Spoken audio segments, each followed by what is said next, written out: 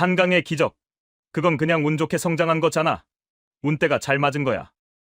밀라노 도시연구소에서 동료 교수가 엘레나 바르디에게 말했습니다. 아시아 개발도상국들이 다 그런 식으로 성장했잖아. 환경은 파괴하고 말이야. 15년간 유럽 도시 재생만 연구해온 엘레나도 고개를 끄덕였습니다. 맞아요. 아마 전형적인 압축 성장의 부작용들이 숨어 있을 거예요. 하지만 서울에서 일주일을 보낸 후 밀라노로 돌아온 엘레나의 첫 마디는 충격적이었습니다. 제가 뭘 본 건지 여러분도 믿지 못할 거예요. 한국은 기적 그 자체였어요. 책에서 배운 건 숫자였는데 제가 만난 건 도대체 서울에서 어떤 놀라운 진실을 목격했는지 지금 바로 알아보겠습니다. 잠깐만요. 혹시 지금 어디서 듣고 계신가요? 구독과 좋아요 미리 눌러주시면 건강하고 행복한 기운 듬뿍 받으실 거예요. 저는 엘레나 바르디입니다. 밀라노에서 도시산업학을 연구하고 있어요. 지난 15년 동안 유럽의 도시재생 사례만 파헤쳐 왔습니다. 베를린의 동서독 통합, 런던의 킹스크로스 재개발, 바르셀로나의 올림픽 도시계획까지 서구 도시들이 어떻게 과거를 복원하면서 미래로 나아가는지 연구해왔죠. 그런데 지난달 유럽 도시포럼에서 충격적인 발표를 듣게 됐습니다. 가장 성공적인 도시재생 사례를 소개하겠습니다. 독일 함부르크 대학 교수가 스크린을 가리켰습니다. 바로 서울의 한강 개발과 청계천 복원입니다. 화면에 1960년대 서울 사진이 나왔어요. 한강변에 판잣집들이 빼곡히 들어서 있었습니다.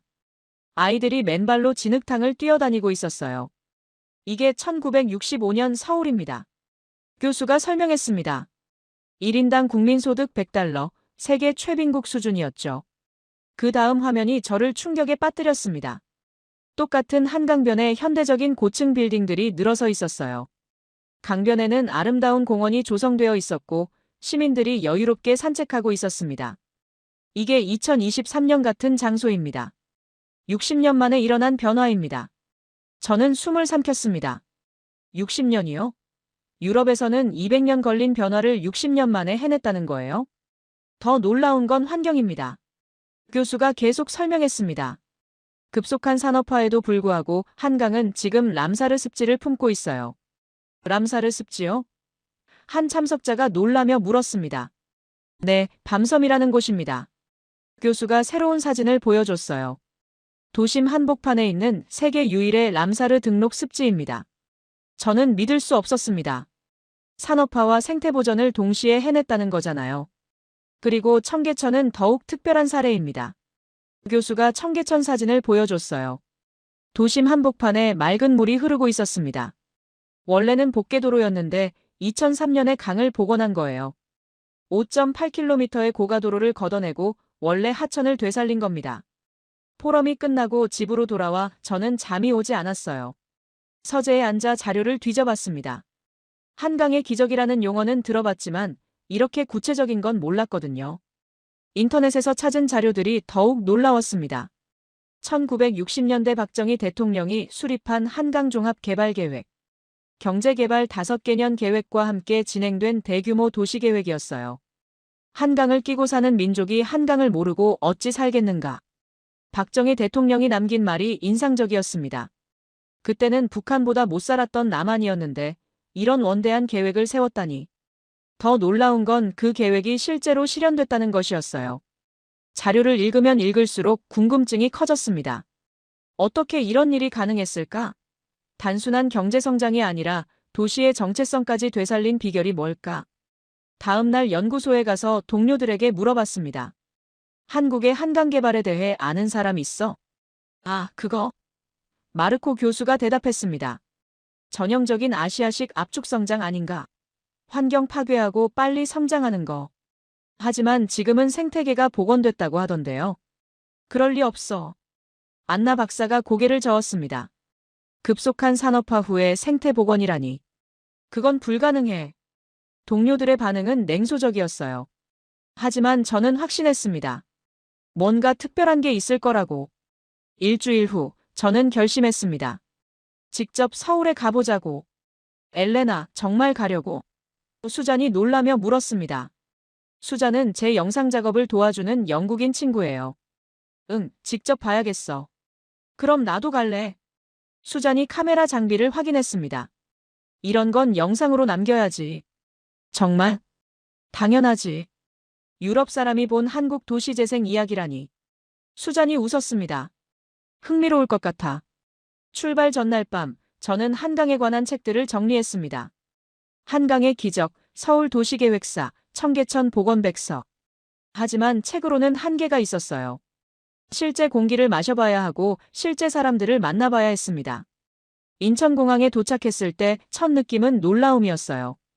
공항 자체가 하나의 작품 같았습니다. 효율적이면서도 아름다웠어요. 서울로 향하는 고속도로에서 저는 창밖을 뚫어져라 바라봤습니다. 양쪽으로 펼쳐진 아파트 단지들. 질서정연하면서도 웅장한 풍경이었어요. 이게 60년 전에는 논밭이었다고? 저는 믿을 수 없었습니다. 택시 기사님이 말을 걸어오셨어요. 처음 오시는 거예요? 네, 연구 때문에 왔어요. 뭘 연구하세요? 도시개발이요. 특히 한강개발 과정을요. 아, 그럼 재미있을 겁니다. 기사님이 웃으셨어요. 저희 아버지가 그 시절을 다 겪으셨거든요. 정말이요? 네, 1960년대부터 한강에서 일하셨어요. 기사님의 목소리에 자부심이 묻어났습니다. 다리 건설, 강변 정립, 아파트 건설까지. 저는 가슴이 뛰기 시작했습니다. 살아있는 증인들이 있구나. 호텔에 체크인하고 첫 번째로 향한 곳은 서울역 사박물관이었습니다. 한강 개발의 역사를 제대로 알아보고 싶었거든요. 박물관에 들어서자 1950년대 서울 모형이 저를 맞았습니다. 정말 작은 도시였어요. 한강 남쪽은 거의 빈 땅이었습니다. 놀라셨죠? 뒤에서 목소리가 들렸습니다. 돌아보니 60대 중반의 남성이 서 계셨어요. 저는 정진우입니다. 이 박물관에서 큐레이터를 했었어요. 안녕하세요. 엘레나 바르디입니다. 이탈리아에서 오셨다고 들었는데요. 정진우 씨가 반갑게 인사했습니다. 한강 개발을 연구하러 오셨다고요? 네, 어떻게 아셨어요? 박물관에 연락이 왔어요. 그가 웃었습니다. 유럽 학자가 한강을 연구하러 온다고요. 정진우 씨는 30년 넘게 서울 도시사를 연구한 전문가였어요. 청계천 복원 프로젝트에도 직접 참여했다고 했습니다. 정진우 선생님, 제가 정말 궁금한 게 있어요. 뭐든 물어보세요. 어떻게 60년 만에 이런 변화가 가능했을까요? 제가 진심으로 물었습니다. 유럽에서는 상상할 수 없는 속도인데요. 정진우 씨가 잠시 생각하더니 말했습니다. 한마디로 말하면 절박함이었어요. 절박함이요? 전쟁에서 살아남은 사람들의 절박함. 그의 목소리가 진지해졌습니다. 다시는 가난하게 살고 싶지 않다는 의지. 저는 그 말에 깊이 감동받았습니다. 책에서는 느낄 수 없었던 진정성이 있었어요. 내일부터 본격적으로 안내해 드릴게요. 정진우 씨가 제안했습니다. 한강의 진짜 이야기를 들려드리죠. 그날 밤 호텔에서 창밖을 내다보니 한강이 보였습니다. 불빛들이 강물에 반사되어 반짝이고 있었어요. 내일부터 뭘 발견하게 될까? 저는 기대에 찬 마음으로 잠에 들었습니다. 60년의 기적이 어떻게 만들어졌는지 그 비밀을 밝혀보고 싶었어요. 둘째 날 아침 정진우 씨와 함께 서울역 사박물관을 더 자세히 둘러봤습니다. 이것부터 보세요. 정진우 씨가 1960년대 전시관으로 저를 안내했습니다. 박정희 대통령이 직접 작성한 한강종합개발계획입니다. 전시된 문서를 보니 정말 놀라웠어요. 1967년부터 1970년까지의 세밀한 계획이 담겨 있었습니다. 제방 건설, 강변북로 건설, 36km 구간 준설까지. 이 모든 계획을 3년 만에 실행했다고요? 맞습니다. 정진우 씨가 자랑스럽게 말했습니다. 당시로서는 상상할 수 없는 스케일이었어요. 옆 벽면에는 1960년대 한강 건설 현장 사진들이 걸려 있었어요. 수백 명의 노동자들이 강에서 작업하고 있는 모습이었습니다. 이 사진은 1969년 제3한강교 건설 현장입니다. 정진우 씨가 설명했습니다. 지금의 한강대교 남쪽 부분이에요. 정말 열악한 환경이네요. 저는 안전장비도 제대로 갖추지 못한 노동자들을 보며 말했습니다. 그래도 모두가 열심히 했어요. 정진우 씨의 목소리에 감회가 묻어났습니다. 조국 근대화에 대한 의지가 있었거든요. 다른 사진으로 넘어갔습니다.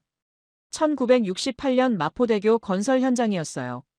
마포대교는 여의도 개발과 함께 추진된 프로젝트였습니다. 정진우 씨가 설명했습니다. 여의도를 새로운 도심으로 만들려는 계획이었죠. 여의도가 원래 어떤 곳이었나요? 그냥 모래섬이었어요. 그가 웃으며 말했습니다. 홍수 때마다 물에 잠기는 빈 땅이었죠. 그때 한 관람객이 우리 대화를 듣고 있다가 끼어들었습니다. 저희 아버지가 그때 다리 건설에 참여하셨어요. 50대 중반 정도의 남성이었습니다. 한남대교 공사 현장에서 일하셨거든요. 한남대교요? 제가 관심 있게 물었습니다. 1970년 12월에 완공됐어요. 그가 설명했습니다. 강남 개발과 경부고속도로를 연결하는 핵심 다리였죠. 저는 또 놀랐습니다. 한 해에 여러 개의 다리를 동시에 짓는다는 게 가능한가요? 1960년대부터 1970년대까지 한강에 11개의 다리가 새로 생겼어요. 정진우 씨가 보충 설명했습니다. 마포대교, 한남대교, 잠실대교, 성수대교. 11개요? 저는 믿을 수 없다는 표정을 지었습니다. 네.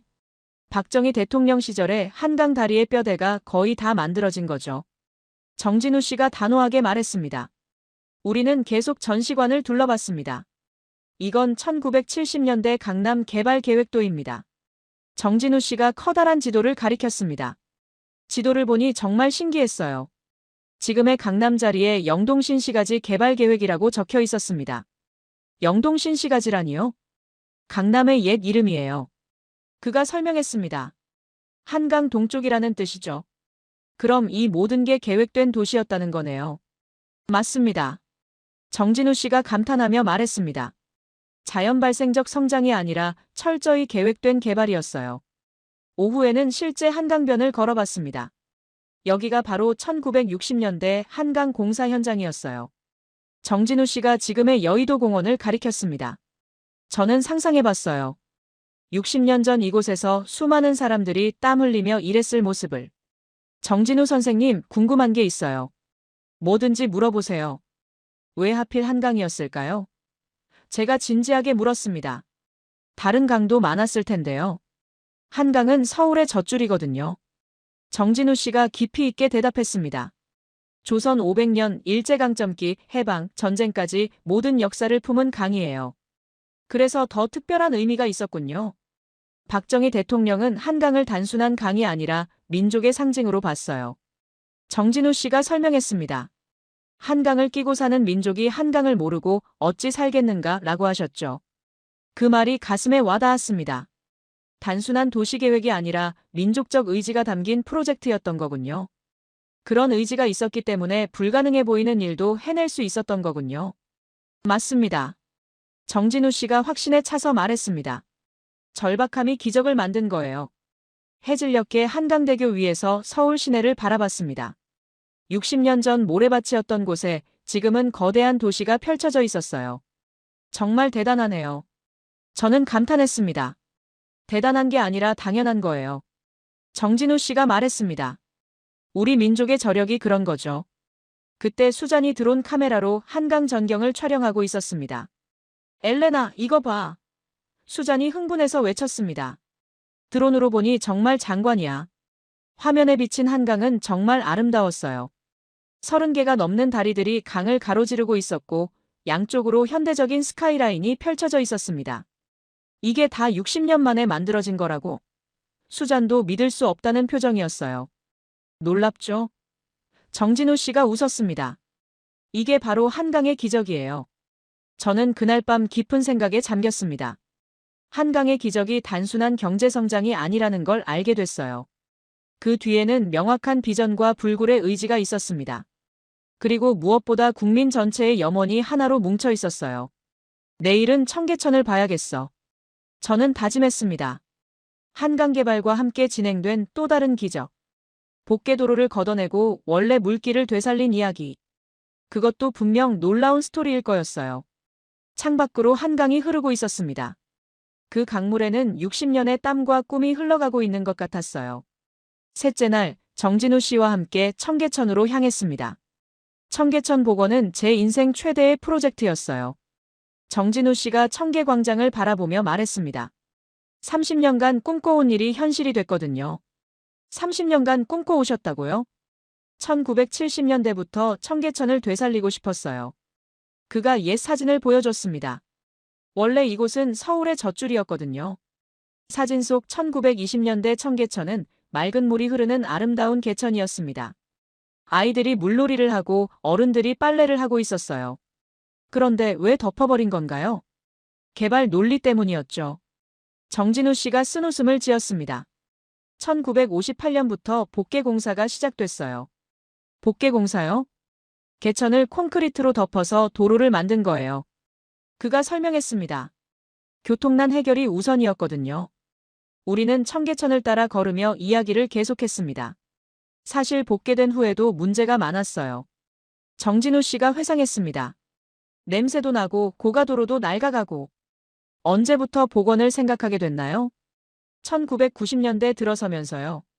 그가 대답했습니다. 도시의 정체성을 찾아야 한다는 목소리가 나오기 시작했어요. 정체성이요? 서울다움이 뭔지 모르겠더라고요. 정진우 씨가 진지하게 말했습니다.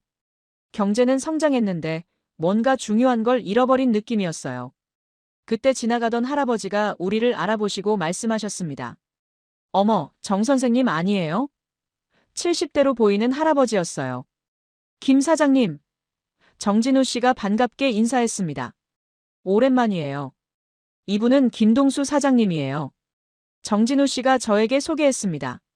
청계천 상인회에서 오랫동안 활동하셨어요. 안녕하세요. 엘레나입니다. 어머, 외국분이시네요. 김동수 할아버지가 신기해하셨습니다. 청계천 구경하러 오셨나요? 네, 연구를 위해서요. 그럼 제가 옛날 이야기 좀 해드릴까요? 할아버지가 벤치에 앉으시며 말씀하셨습니다. 1960년대에는 여기가 정말 시끄러웠어요. 할아버지가 회상하셨습니다. 고가도로 위로 차들이 쌩쌩 달리고 밑에는 노점상들이 가득했죠. 어떤 기분이셨을까요? 처음에는 편리했어요. 할아버지가 고개를 끄덕이셨습니다. 교통도 좋아지고 장사도 잘 됐거든요. 언제부터 문제가 됐나요? 1990년대 들어서면서요. 할아버지가 설명하셨습니다. 고가도로가 낡아서 위험해지기 시작했어요. 정진우 씨가 보충 설명했습니다. 안전진단 결과 더 이상 사용하기 어렵다는 결론이 나왔어요. 그래서 복원을 결심한 거군요. 그것만이 아니에요. 김동수 할아버지가 말씀하셨습니다. 우리가 잃어버린 걸 되찾고 싶었어요. 무엇을 잃어버렸다고 생각하셨나요? 추억이요. 할아버지의 목소리에 그리움이 묻어났습니다. 어릴 때 개천에서 놀던 기억들이요. 저는 깊이 감동받았습니다. 복원의 이유가 실용적인 것만이 아니었던 거군요. 2003년 복원공사가 시작됐을 때 어떠셨어요? 반대하는 사람도 많았어요. 김동수 할아버지가 솔직하게 말씀하셨습니다. 상인들은 장사에 지장이 있다고 했고요. 당연한 반응이겠네요. 하지만 이명박 시장이 확신에 차 있었어요. 정진우 씨가 말했습니다.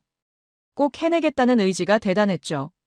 실제로 공사는 어떻게 진행됐나요? 2년 3개월 만에 끝냈어요. 정진우 씨가 자랑스럽게 말했습니다. 5.8km 구간 고가도로를 완전히 철거하고 물길을 되살린 거죠. 2년 3개월이요? 저는 놀랐습니다. 유럽에서는 상상할 수 없는 속도네요. 한국의 추진력이죠. 김동수 할아버지가 웃으셨습니다. 한번 결심하면 끝까지 해내는 게 우리 스타일이에요. 오후에는 청계천 전 구간을 걸어봤습니다. 여기서부터 물이 시작돼요. 정진우 씨가 청계광장 분수를 가리켰습니다. 인공적으로 물을 공급하지만 자연스럽게 흐르도록 설계했어요. 정말 신기했어요. 도심 한복판에서 맑은 물이 흐르고 있었습니다. 시민들 반응은 어땠나요? 처음에는 의심스러워했어요. 정진우 씨가 웃었습니다. 정말 이런 게 가능할까 하고요. 지금은 어떤가요? 이제는 서울의 대표 명소가 됐죠. 그가 자랑스럽게 말했습니다. 하루에 4만 명이 찾아와요. 청계천을 걸으며 저는 놀라운 광경을 봤습니다. 젊은 연인들, 가족 단위, 외국인 관광객들까지 모든 사람들이 자연스럽게 어울리고 있었어요. 정진우 선생님, 청계천 복원의 진짜 의미가 뭔가요? 기억의 복원이에요. 그가 깊이 있게 대답했습니다. 우리가 누구인지 기억하는 일이죠. 구체적으로 어떤 의미인가요? 서울의 뿌리를 되찾는 거예요. 정진우 씨가 열정적으로 설명했습니다. 600년 도읍지의 정체성을 회복하는 거죠. 저녁에 청계천에 조명이 켜지기 시작했습니다. 정말 환상적이었어요. 이 모습을 보면 어떠세요? 제가 정진우 씨에게 물었습니다. 꿈이 현실이 된 기분이에요. 그가 감격해 말했습니다. 30년을 꿈꾼 일이 이뤄진 거니까요. 그때 수잔이 야경을 촬영하며 감탄했습니다. 엘레나, 이거 정말 대박이야. 도심 한복판에 이런 공간이 있다니. 저도 같은 생각이었어요. 청계천 복원은 단순한 도시계획이 아니었습니다. 과거와 현재, 그리고 미래를 연결하는 시간의 달이었어요. 정진우 선생님, 해외에서는 청계천을 어떻게 평가하나요? 세계 도시 재생의 교과서라고 해요. 그가 자부심을 드러냈습니다. 16개 도시에서 벤치마킹하러 왔어요. 16개 도시요? 미국, 유럽, 아시아까지. 정진우 씨가 설명했습니다. 모두가 청계천 모델을 배우려고 해요. 저는 그날 밤 많은 생각을 했습니다. 청계천 복원은 단순한 환경 개선이 아니었어요. 도시의 혼을 되찾는 작업이었습니다. 그리고 그 혼은 바로 기억이었어요. 한국 사람들은 정말 특별하구나. 저는 확신했습니다. 과거를 부정하지 않고 되살려서 미래로 나아가는 지혜. 그것이 바로 청계천이 세계에 준 교훈이었어요. 내일은 한강의 생태계를 살펴볼 예정입니다. 경제 발전과 환경 보전이 어떻게 공존할 수 있는지 배워보고 싶었어요. 넷째 날, 저는 예상치 못한 사람을 만났습니다. 엘레나 박사님이시군요. 호텔 로비에서 한 남성이 저에게 다가왔습니다. 다니엘 후오입니다. 유럽계 디벨로퍼 기업 한국 지사장이에요. 다니엘은 40대 중반의 중국계 프랑스인이었습니다. 고급 정장에 세련된 외모, 그리고 자신감 넘치는 말투였어요. 안녕하세요. 저는 조금 당황했습니다. 어떻게 제 일정을 아는 건가요? 한강 다큐멘터리 촬영 중이시죠? 다니엘이 능숙하게 웃었습니다. 업계에 소문이 났어요. 실례지만 무슨 일로 저를 찾으신 건가요? 조언을 드리고 싶어서요. 다니엘의 눈빛이 차갑게 변했습니다. 한강의 기적이라는 게 과연 진짜 기적인지 말이에요. 저는 불쾌감을 느꼈습니다. 지난 사흘 동안 제가 본 것들을 무시하는 태도였거든요. 무슨 뜻인지 모르겠는데요. 한국의 성장은 인정합니다. 다니엘이 천천히 말했습니다. 하지만 과대포장된 면이 있어요. 과대포장이라니요? 전형적인 아시아식 압축 성장이에요. 그가 냉소적으로 웃었습니다.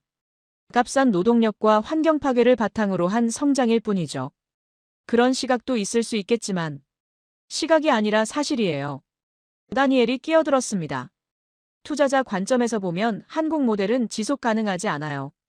그때 수잔이 나타났습니다. 엘레나 누구야? 다니엘 후오라고 해요.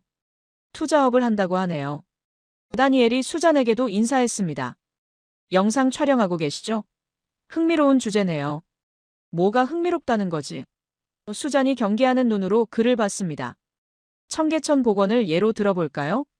다니엘이 도발적으로 말했습니다. 3조 원이 넘는 돈을 들여서 뭘 얻었나요? 시민들의 쉼터를 얻었잖아요. 제가 대답했습니다. 쉼터라고요? 다니엘이 비웃었습니다. 그 돈으로 지하철을 더 지었다면 훨씬 실용적이었을 텐데요. 수잔이 화를 내기 시작했습니다. 당신은 뭘 모르고 있어. 도시에는 영혼이 필요하거든. 영혼이라고요? 다니엘이 계속 냉소했습니다. 비즈니스에서는 감정론은 통하지 않아요. 저는 더 이상 참을 수 없었습니다. 다니엘 씨, 모든 걸 돈으로만 계산하시는 건가요? 당연하죠. 다니엘이 냉정하게 대답했습니다. 한강변 부지가 얼마나 비싼 줄 아세요? 그게 중요한가요? 평방미터당 1,000만 원이 넘어요. 다니엘이 계산기를 꺼냈습니다. 그런 땅을 새들한테 줬다는 게 이해가 안 돼요. 그때 갑자기 다니엘의 휴대폰이 울렸습니다. 네, 알겠습니다. 한강변 부지 매입건 계속 진행하세요. 저와 수잔은 깜짝 놀라며 서로를 봤습니다. 한강변 부지 매입이라고요? 다니엘이 전화를 끊고 돌아왔지만 이미 우리는 들어버렸어요. 다니엘 씨, 혹시 한강변 부지를 매입하려고 하시는 건가요? 그게 중요한가요? 다니엘이 당황한 기색을 보였습니다. 중요하죠. 혹시 개발 목적인가요? 개발이 뭐가 나쁜가요? 다니엘이 방어적으로 말했습니다. 경제 발전을 위해서는 필요한 일이에요. 수잔이 목소리를 높였습니다. 그래서 한강을 폄하하려는 거구나. 폄하라고요? 다니엘이 화를 냈습니다. 저는 현실을 말하고 있을 뿐이에요. 무슨 현실이요? 한국의 성장은 환경을 희생한 대가였어요. 다니엘이 단호하게 말했습니다. 지금 생태복원이라고 하지만 그건 죄책감의 표현일 뿐이에요. 저는 이제 모든 게 이해됐습니다. 다니엘이 한강을 폄하하는 이유가 있었던 거예요. 그래서 한강의 가치를 깎아내리려는 거군요. 가치를 깎아내린다고요? 다니엘이 억지로 웃었습니다. 저는 투자 기회를 말하고 있을 뿐이에요. 그 순간 정진우 씨가 로비에 나타났습니다. 엘레나 씨, 무슨 일이세요? 정진우 선생님, 저는 반가웠습니다. 정진우 씨가 다니엘을 보더니 표정이 굳어졌습니다. 이분이 누구시죠? 다니엘 후오라고 합니다. 다니엘이 인사했습니다. 투자업을 하고 있어요. 투자업이라고요? 정진우 씨의 목소리가 차가워졌습니다. 혹시 한강변 부동산 관련해서요? 다니엘이 당황했습니다. 그런 건 아니고. 그럼 뭐죠? 정진우 씨가 추궁했습니다. 일반적인 투자 상담이에요. 다니엘이 애매하게 대답했습니다. 정진우 씨가 저에게 조용히 말했습니다. 엘레나 씨, 조심하세요. 요즘 외국 자본이 한강변 부지를 노리고 있어요. 정말이요? 네. 생태보전 가치를 떨어뜨려서 부동산 가격을 낮춘 다음 매입하려는 거죠. 저는 충격받았습니다. 그래서 다니엘이 그렇게 한강을 폄하했던 거구나. 다니엘 씨, 정말 그런 거였나요? 다니엘의 얼굴이 붉어졌습니다. 그건 비즈니스예요. 비즈니스라고 하지만 결국 탐욕이잖아요. 수잔이 분노했습니다. 정진우 씨가 단호하게 말했습니다. 한강은 돈으로 살 수 있는 게 아니에요. 무슨 뜻이죠? 다니엘이 물었습니다. 한강은 우리의 기억이고 정체성이에요. 정진우 씨가 확신에 차서 말했습니다. 그걸 어떻게 돈으로 환산하겠어요? 다니엘이 말문이 막혔습니다. 다니엘 씨, 죄송하지만 저는 갈게요. 제가 단호하게 말했습니다. 잠깐만요. 이야기가 끝나지 않았는데요. 끝났어요. 수잔이 끼어들었습니다. 당신 같은 사람과는 더 이상 이야기할 게 없어. 다니엘이 위협적으로 말했습니다. 후회할 거예요. 한강의 기적이 얼마나 허상인지 곧 알게 될 테니까. 허상이라고요? 제가 돌아서며 말했습니다. 지난 사흘 동안 제가 본 게 허상인가요? 그 말에 다니엘은 대답하지 못했습니다. 엘리베이터에서 정진우 씨가 말했습니다. 저런 사람들 때문에 조심해야 해요. 왜 그런 일을 하는 걸까요? 돈밖에 모르는 사람들이에요. 정진우 씨가 씁쓸하게 말했습니다. 한강의 진정한 가치를 모르는 거죠. 저는 그날 밤 깊은 생각에 빠졌습니다. 한강의 기적을 바라보는 두 가지 시각이 존재해요. 다니엘 같은 경제 중심적 관점, 그리고 정진우 씨 같은 가치 중심적 관점. 어느 쪽이 옳은 걸까요? 아니, 정답은 이미 정해져 있는 것 같았어요. 진정한 발전은 경제 성장과 가치 보전이 함께 이루어져야 하는 것. 내일은 한강의 생태계를 살펴볼 예정입니다. 다니엘이 틀렸다는 걸 확실히 증명하고 싶었어요. 다섯째 날, 정진우 씨와 함께 밤섬을 보러 갔습니다. 저기 보이는 게 밤섬이에요. 마포대교 위에서 정진우 씨가 한강 가운데 작은 섬을 가리켰습니다. 정말 작은 섬이네요. 저는 망원경으로 자세히 봤습니다. 하지만 엄청난 의미가 있어요. 정진우 씨가 자랑스럽게 말했습니다. 세계 유일의 도심 람사르 습지거든요. 람사르 습지요? 2012년에 국제적으로 등록된 보호습지예요. 그가 설명했습니다. 전 세계에서 도심 한복판에 있는 람사르 습지는 여기뿐이에요. 저는 놀랐습니다. 그렇게 작은 섬이 국제적 보호를 받는다고요? 그런데 더 놀라운 이야기가 있어요. 정진우 씨가 미소를 지었습니다. 이 섬이 한때 사라진 적이 있거든요. 사라졌다고요? 1968년에 여의도 개발을 위해서 폭파됐어요. 정진우 씨가 충격적인 이야기를 들려줬습니다. 저는 믿을 수 없었습니다. 섬을 폭파했다고요? 당시에는 개발이 우선이었거든요. 그가 설명했습니다. 여의도를 새로운 도심으로 만들기 위해 방해가 되는 건 다 없앴죠. 그럼 지금의 밤섬은 뭔가요? 1980년대부터 자연스럽게 다시 생겨난 거예요. 정진우 씨가 감동적으로 말했습니다. 강물이 흘러오면서 퇴적물이 쌓여서 다시 섬이 된 거죠. 자연이 스스로 회복한 건가요? 맞아요. 정말 신기하죠? 그가 웃었습니다. 인간이 파괴했지만 자연이 다시 살려낸 거예요. 우리는 밤섬 생태탐방선을 타고 가까이 가봤습니다. 배에서 내려 섬에 발을 디뎠을 때의 느낌은 특별했어요. 완전히 다른 세계 같았습니다. 바로 몇백 미터 떨어진 곳에 여의도 빌딩들이 보이는데 여기는 원시림 같았어요. 조용히 해주세요. 생태 해설사가 말했습니다. 새들이 놀랄 수 있거든요. 정말 많은 새들이 있었어요. 흰죽지, 청둥오리, 외가리들이 자유롭게 날아다니고 있었습니다. 지금까지 126종의 새가 관찰됐어요. 해설사가 설명했습니다. 겨울철에는 시베리아에서 날아오는 철새들도 있고요. 시베리아에서요? 수잔이 놀랐습니다. 네. 3,000km를 날아와서 여기서 겨울을 나요. 해설사가 자랑스럽게 말했습니다. 밤섬을 안전한 월동지로 인식하고 있는 거예요. 저는 깊이 감동받았습니다. 야생동물들이 서울을 안전하다고 생각한다니. 물속에는 뭐가 있나요? 제가 물었습니다. 수달도 살고 있어요. 해설사가 흥미진진하게 말했습니다. 2018년부터 목격되기 시작했어요. 수달이 한강에요? 네. 수달은 물이 1급수에 가까워야만 사는 동물이거든요. 그가 설명했습니다. 저는 또 놀랐습니다. 도심을 흐르는 강이 1급수라니. 어떻게 이렇게 깨끗해진 건가요? 40년간의 노력 결과예요. 정진우 씨가 대답했습니다. 1980년대부터 수질 개선을 계속해왔거든요. 오후에는 한강 상류 쪽 습지들도 둘러봤습니다. 여기는 난지생태습 지원이에요. 정진우 씨가 새로운 장소를 안내했습니다. 정말 아름답네요. 저는 감탄했습니다. 온통 연꽃과 갈대로 가득한 습지였어요. 그런데 이곳이 원래 뭐였는지 아세요? 정진우 씨가 물었습니다. 공원 아니었나요? 쓰레기 매립장이었어요. 그가 놀라운 사실을 알려줬습니다. 쓰레기 매립장이요? 1978년부터 1993년까지 15년 동안 서울의 모든 쓰레기가 여기 왔어요. 정진우 씨가 설명했습니다. 저는 믿을 수 없었습니다.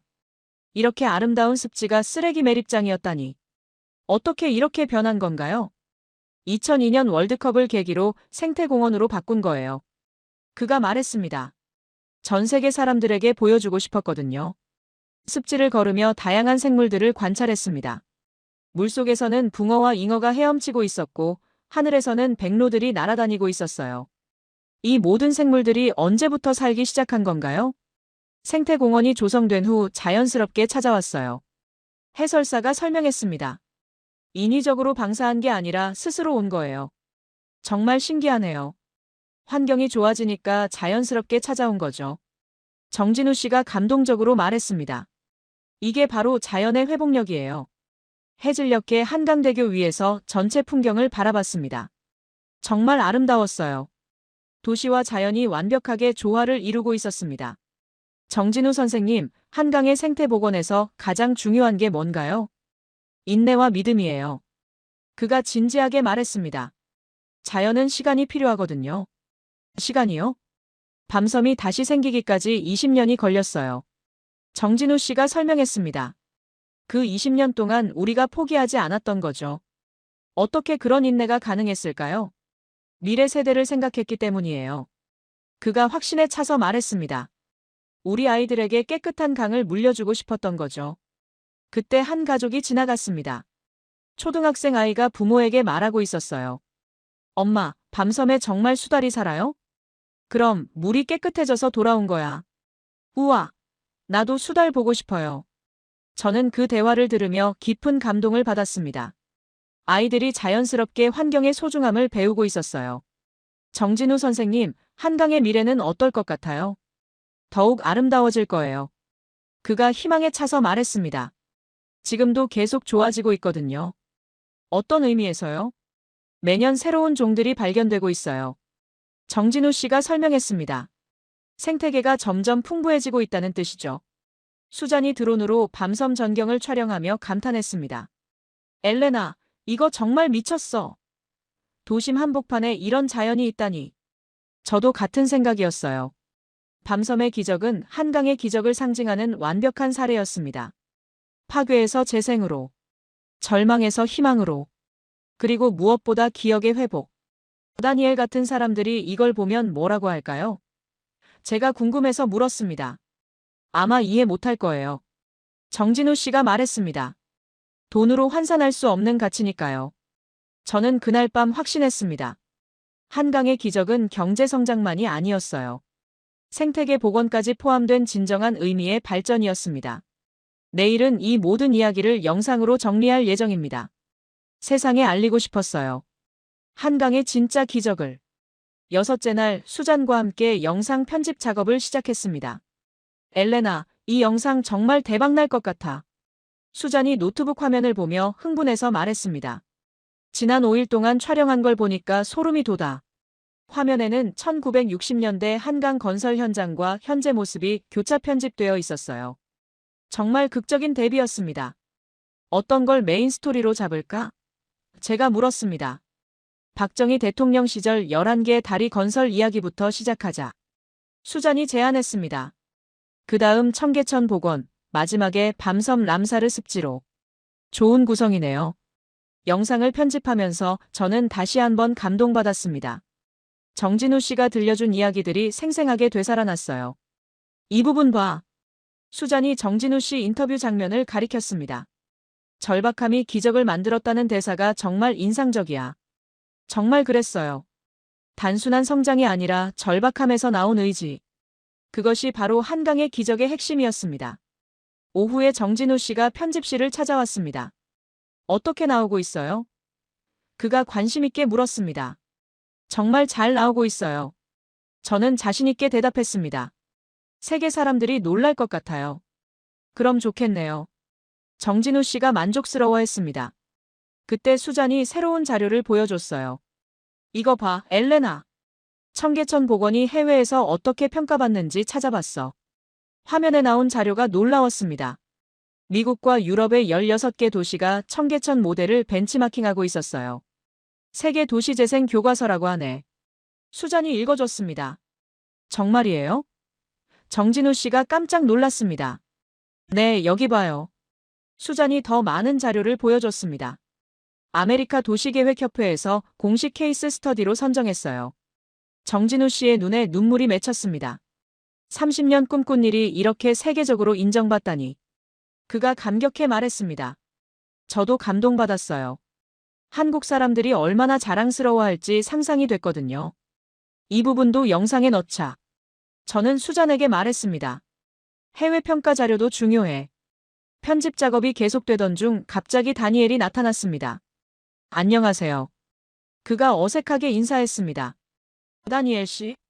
저는 놀랐습니다. 무슨 일로 여기까지? 어제 이야기가 계속 생각나서요. 다니엘이 주저하며 말했습니다. 정진우 씨가 경계하는 눈으로 그를 봤습니다. 또 무슨 말씀을 하려고 오신 거죠? 사과하러 왔어요. 다니엘이 예상 외의 말을 했습니다. 사과요? 저는 깜짝 놀랐습니다. 어제 집에 가서 생각해봤는데. 다니엘이 진지하게 말했습니다. 제가 놓치고 있는 게 있는 것 같더라고요. 뭘 놓치고 계셨다고요? 가치의 문제요. 그가 솔직하게 말했습니다. 저는 모든 걸 돈으로만 봤어요. 수잔이 의심스럽다는 표정으로 물었습니다. 갑자기 왜 마음이 바뀐 거야? 밤섬 이야기를 들었거든요. 다니엘이 대답했습니다. 폭파됐다가 다시 살아난 섬이라고요. 정진우 씨가 놀랐습니다. 밤섬 이야기를 어떻게 아셨어요? 호텔에서 우연히 다큐멘터리를 봤어요. 다니엘이 설명했습니다. BBC에서 만든 한강 생태계 프로그램이었는데.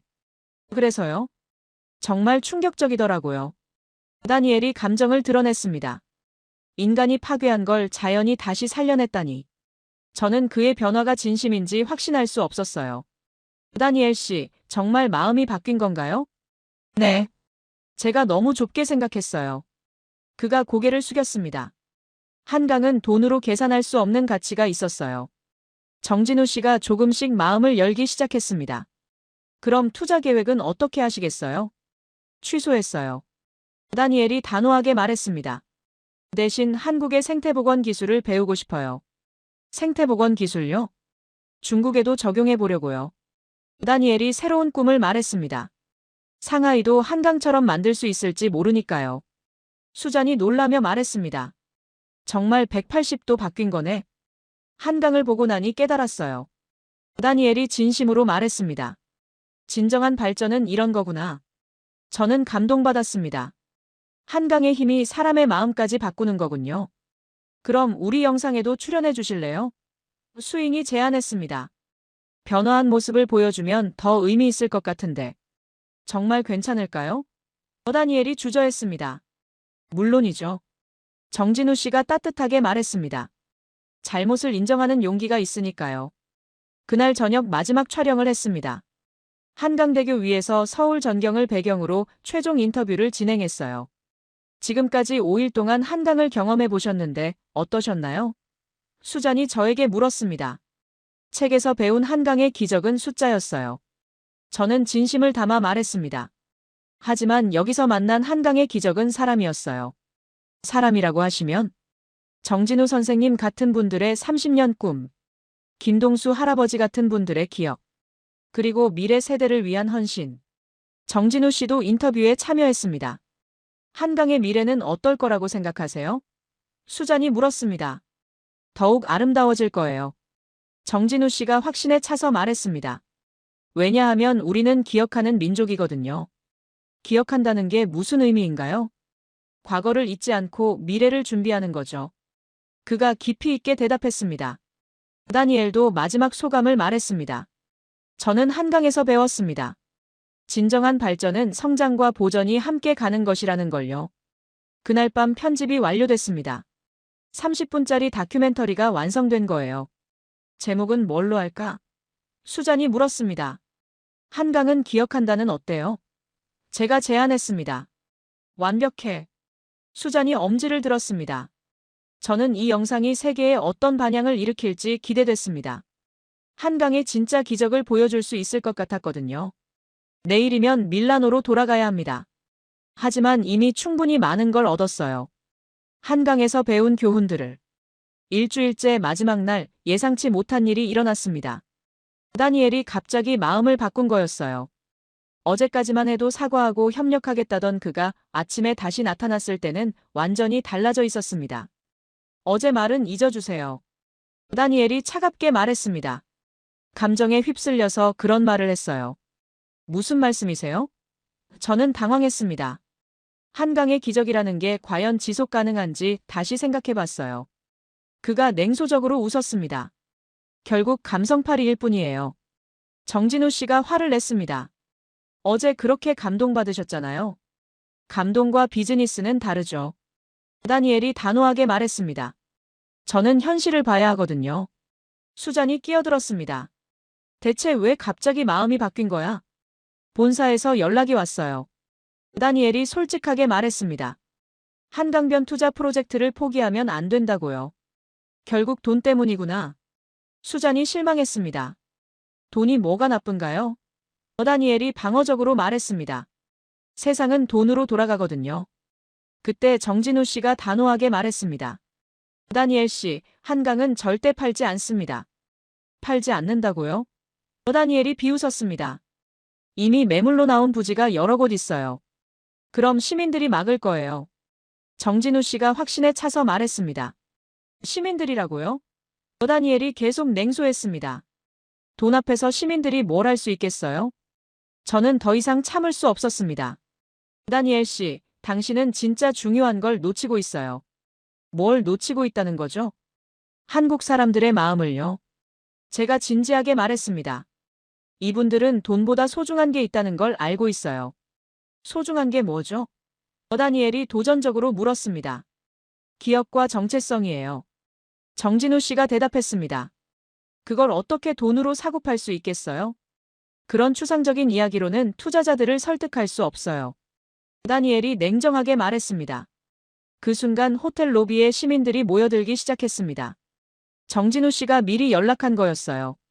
여러분, 정진우 씨가 큰 소리로 말했습니다. 한강을 외국 자본에 팔려는 사람이 있어요. 시민들이 웅성거리기 시작했습니다. 한강을 팔겠다고요? 한 할머니가 놀라며 물었습니다. 네, 강변 부지를 외국 투자회사가 사려고 해요. 정진우 씨가 설명했습니다. 다니엘이 당황했습니다. 잠깐, 이건 오해입니다. 무슨 오해죠? 김동수 할아버지가 나타나서 물었습니다. 한강변을 사겠다는 게 사실 아닌가요? 그건 비즈니스예요. 다니엘이 변명했습니다. 비즈니스라고 하지만 결국 우리 터전을 빼앗는 거잖아요. 할머니가 분노했습니다. 점점 더 많은 시민들이 모여들었어요. 청계천에서 만났던 분들, 밤섬 해설사님들, 한강공원에서 운동하시는 분들까지. 한강은 우리의 산터예요. 한 중년 남성이 외쳤습니다. 70년 동안 우리가 가꿔온 곳이에요. 다른 시민이 말했습니다. 다니엘이 점점 위축되기 시작했습니다. 여러분, 오해가 있는 것 같은데요. 무슨 오해죠? 김동수 할아버지가 단호하게 물었습니다. 우리 청계천도 돈벌이 수단으로 보시는 거 아닌가요? 그건 다니엘이 말문이 막혔습니다. 그때 수잔이 카메라를 들고 촬영을 시작했습니다. 다니엘 씨, 지금 상황을 어떻게 생각하세요? 수잔이 인터뷰를 시도했습니다. 저는 다니엘이 제대로 답하지 못했습니다. 정진우 씨가 시민들에게 말했습니다. 여러분, 이분이 바로 외국에서 와서 한강의 가치를 깎아내리려는 사람입니다. 그래서 우리 한강을 폄하했구나. 할머니가 이해했다는 표정을 지었습니다. 정말 비열하네요. 다른 시민이 분노했습니다. 다니엘이 변명하려 했습니다. 여러분, 제가 그런 의도가 아니었어요. 그럼 무슨 의도였죠? 김동수 할아버지가 추궁했습니다. 저는 단지 다니엘이 당황해서 제대로 말하지 못했습니다. 그때 한 시민이 스마트폰으로 라이브 방송을 시작했습니다. 여러분, 지금 외국인이 우리 한강을 사려고 해요. 온라인으로도 반응이 폭발적이었어요. 댓글들이 쏟아지기 시작했습니다. 한강은 절대 안 돼. 우리가 지켜야지. 외국 자본 철수. 다니엘이 완전히 위축됐습니다. 저는 이만 가겠습니다. 그가 도망치듯 자리를 떠났습니다. 시민들이 박수를 쳤습니다. 우리가 이겼어요. 할머니가 기뻐하셨습니다. 정진우 씨가 시민들에게 감사 인사를 했습니다. 여러분 덕분에 한강을 지킬 수 있었어요. 당연한 일이죠. 김동수 할아버지가 말씀하셨습니다. 한강은 우리 모두의 것이에요. 저는 그 장면을 보며 깊은 감동을 받았습니다. 한강을 지키는 건 정부나 전문가가 아니었어요.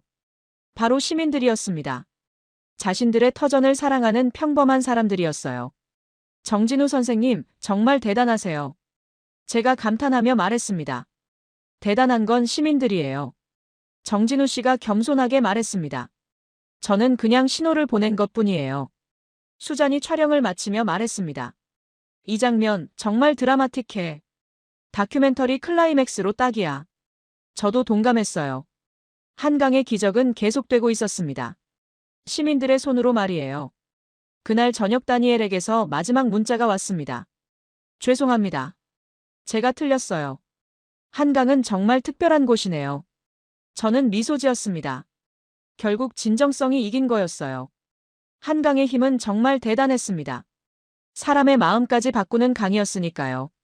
마지막 날 저녁 한강공원에서 저는 일주일간의 여정을 마무리하고 있었습니다. 수잔이 마지막 촬영 준비를 하는 동안 저는 혼자 강변을 걸었어요. 한강대교에서 마포대교까지 천천히 걸으며 생각에 잠겼습니다. 정말 놀라운 일주일이었구나. 7일 전만 해도 저는 한강의 기적을 숫자로만 알고 있었어요. GDP 성장률, 산업화 지수, 도시화율. 차가운 통계가 전부였습니다. 하지만 지금은 완전히 달라졌어요. 정진우 씨의 30년 꿈. 김동수 할아버지의 소중한 기억. 밤섬에서 만난 126종의 새들. 그리고 어제 한강을 지키기 위해 모인 시민들. 한강의 기적은 사람이었구나. 강바람이 살랑살랑 불어왔습니다. 상쾌하고 깨끗한 바람이었어요. 60년 전과는 완전히 다른 공기였을 거예요. 그때 정진우 씨가 나타났습니다. 엘레나 씨, 여기 계셨군요. 마지막 인사를 드리려고 했어요. 저는 반갑게 말했습니다. 저야말로 고마워요. 정진우 씨가 진심으로 말했습니다. 덕분에 한강의 이야기를 세계에 알릴 수 있게 됐어요. 우리는 함께 강변 벤치에 앉았습니다. 정진우 선생님, 마지막으로 궁금한 게 있어요. 뭐든지 물어보세요.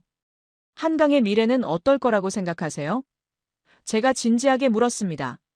정진우 씨가 잠시 생각하더니 말했습니다. 더욱 아름다워질 거예요. 어떤 의미에서요? 우리는 기억하는 민족이거든요. 그가 확신에 차서 말했습니다. 과거를 잊지 않고 미래를 준비하는 사람들이에요. 기억한다는 게 그렇게 중요한가요? 기억이 없으면 정체성도 없어요. 정진우 씨가 깊이 있게 대답했습니다. 정체성이 없으면 올바른 방향으로 갈 수 없고요. 저는 그 말에 깊이 공감했습니다. 그래서 청계천을 복원하신 거군요. 기억을 되살리기 위해서. 맞아요. 우리가 누구인지 잊지 않기 위해서요. 정진우 씨가 고개를 끄덕였습니다. 그때 수잔이 카메라를 들고 다가왔습니다. 엘레나, 마지막 나레이션 촬영할까? 좋아요. 한강대교 위에서 서울 야경을 배경으로 마지막 촬영이 시작됐습니다. 지금까지 7일 동안 한강을 경험해 보셨는데 결론적으로 어떠셨나요? 수잔이 저에게 물었습니다. 저는 깊은 숨을 쉬고 천천히 입을 열었습니다. 책에서 배운 한강의 기적은 숫자였어요. 제 목소리에 감정이 섞였습니다. 1인당 GDP, 수출 증가율, 그런 차가운 통계들이었죠. 하지만 여기서 만난 한강의 기적은 완전히 달랐어요. 저는 계속 말했습니다. 그것은 사람들의 땀이었고 시간이었고 믿음이었어요. 멀리 63빌딩의 불빛이 강물에 반사되고 있었습니다. 1960년대부터 지금까지 멀리 앞을 내다본 지도자들이 있었고 그 지도자들을 믿고 묵묵히 일해온 국민들이 있었어요. 정진우 씨가 옆에서 조용히 듣고 있었습니다. 박정희 대통령의 한강종합개발계획, 11개의 다리를 한꺼번에 건설한 의지, 그리고 30년 후 청계천을 복원한 용기. 제 목소리가 더욱 확신에 찼습니다. 이 모든 게 한 번에 일어난 기적이 아니었어요. 60년 동안 이어진 꿈의 결과였어요. 하늘에서 철새들이 비자를 그리며 날아가고 있었습니다. 그리고 지금 이 강에는 126종의 새들이 살고 있어요. 도심 한복판에 람사르 습지가 있어요. 이것이 바로 진정한 기적입니다. 저는 카메라를 직접 보며 말했습니다. 한강은 단순한 강이 아니에요. 이 강은 전쟁의 상처를 품고 흘렀어요. 산업화의 경랑을 이겨내며 흘렀어요. 그리고 이제는 생태의 품으로 돌아온 강이에요. 정진우 씨의 눈에 눈물이 맺혔습니다. 이 모든 걸 가능하게 한 건 특별한 기술이나 막대한 자본이 아니었어요. 제 목소리가 더욱 감동적으로 변했습니다. 평범한 사람들의 비범한 꿈이었어요. 정진우 선생님처럼 30년을 꿈꾼 분들, 김동수 할아버지처럼 소중한 기억을 간직한 분들, 그리고 어제 한강을 지키기 위해 모인 시민들. 달빛이 강물에 길게 비치고 있었습니다. 이분들이 60년 동안 한마음으로 만든 강입니다. 경제 성장만 추구한 게 아니라 미래 세대를 위해 환경도 함께 지킨 거예요. 저는 마지막 메시지를 전했습니다. 한강의 기적은 계속됩니다. 왜냐하면 한강은 기억하거든요. 과거를 기억하고 미래를 꿈꾸는 강이에요. 촬영이 끝나고 수잔이 박수를 쳤습니다. 완벽해, 엘레나. 정진우 씨가 감격해 말했습니다. 정말 고마워요. 우리 이야기를 이렇게 아름답게 담아주셔서. 저는 오히려 더 감사했습니다. 제가 더 감사해요. 진짜 기적을 보여주셔서. 다음 날 아침, 인천공항으로 향하는 길에서 저는 창밖을 바라봤습니다. 7일 전과는 완전히 다른 시선이었어요. 이제는 모든 다리마다 이야기가 보였어요. 한강대교에는 1960년대 건설 노동자들의 땀이, 청계천에는 30년간 꿈을 키운 정진우 씨의 의지가, 밤섬에는 자연의 놀라운 회복력이 담겨 있었어요. 정말 특별한 나라구나. 저는 확신했습니다. 공항에서 정진우 씨와 마지막 인사를 나눴습니다. 엘레나 씨, 이탈리아에서도 한강 이야기를 많이 해주세요. 물론이에요. 세계에 알리겠어요. 저는 다짐했습니다. 한강의 진짜 기적을. 비행기가 이륙할 때 창밖으로 한강이 마지막으로 보였어요. 굽이굽이 흘러가는 강물 위로 서울의 불빛들이 반짝이고 있었습니다. 안녕, 한강. 저는 마음속으로 인사했습니다. 고마워. 진짜 기적을 보여줘서. 3개월 후 밀라노에서 다큐멘터리가 공개됐습니다. 반응은 폭발적이었어요. 유럽 도시계획학회에서 공식 초청 강연을 요청했고, BBC에서 연계 방송을 제안했고, UN 도시개발 프로그램에서 사례 발표를 의뢰했습니다. 그리고 가장 기뻤던 소식은 정진우 씨로부터 온 메시지였어요. 엘레나 씨 덕분에 16개국에서 한강 벤치마킹 문의가 왔어요. 정말 고마워요. 저는 미소 지었습니다. 한강의 기적이 세계로 퍼져나가고 있었어요. 그날 밤 밀라노 사무실에서 한강 사진을 바라보며 생각했습니다. 기적은 숫자가 아니었어. 기적은 사람이었어. 그리고 그 기적은 아직도 계속되고 있어. 한강은 흘러가고 있었습니다. 60년의 꿈을 품고, 그리고 앞으로의 꿈을 향해.